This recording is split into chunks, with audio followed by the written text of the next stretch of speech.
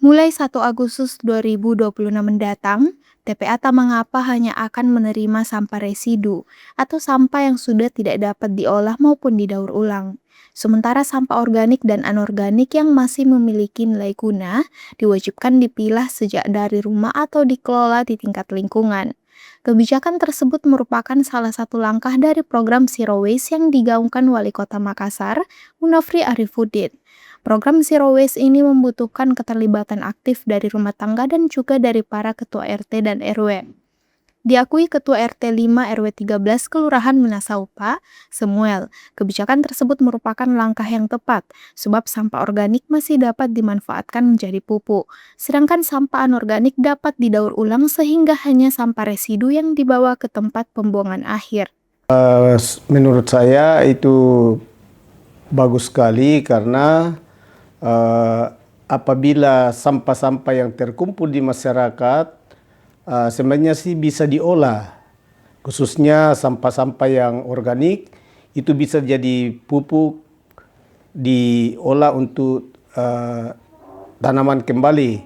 Sedang sampah-sampah yang tidak bisa diolah di lingkungan masyarakat itu harus dibawa ke TPA. Dukungan dari masyarakat dan dukungan dari pemerintah itu harus sejalan, khususnya dari pemerintah Kota Makassar, karena persoalan sampah ini dari dulu sampai sekarang.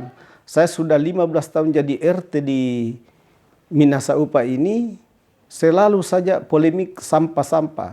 Jadi seharusnya pemerintah juga harus memberi dukungan, khususnya fasilitas apa yang dipergunakan di masyarakat untuk bisa mengolah sampah itu. Sampah yang organik kita pisahkan dengan sampah-sampah yang tidak bisa diolah di lingkungan masyarakat. Samuel menambahkan, dari pengalamannya menangani persoalan sampah di lingkungan selama kurang lebih 15 tahun, ia menilai persoalan sampah selalu menjadi tantangan di setiap periode pemerintahan Wali Kota Makassar. Karena itu, ia berharap kebijakan baru ini tidak hanya berhenti pada aturan, tetapi juga dibarengi dengan penyediaan fasilitas pengelolaan sampah hingga tingkat RT dan RW. Ya, kalau dukungan dari pemerintah ya itu harus menyediakan transportasi pengangkutan sampah. Yang kedua harus mencari tempat masing-masing di RT RW itu untuk memisahkan sampah-sampah mana yang bisa kita olah di dalam lingkungan masyarakat sendiri, mana yang bisa kita buang ke TPA. Dan yang berikut, jadi Makassar ini adalah hal-hal yang jadi persoalan besar menyangkut sampah karena sejak dari Pak Ilham Aris Rajuddin sampai Pak Dani Pomanto itu selalu jadi persoalan sampah.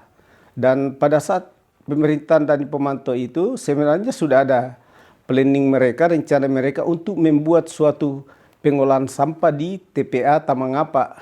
Cuma karena mungkin kurang dukungan dari pemerintah pusat masalah fasilitas atau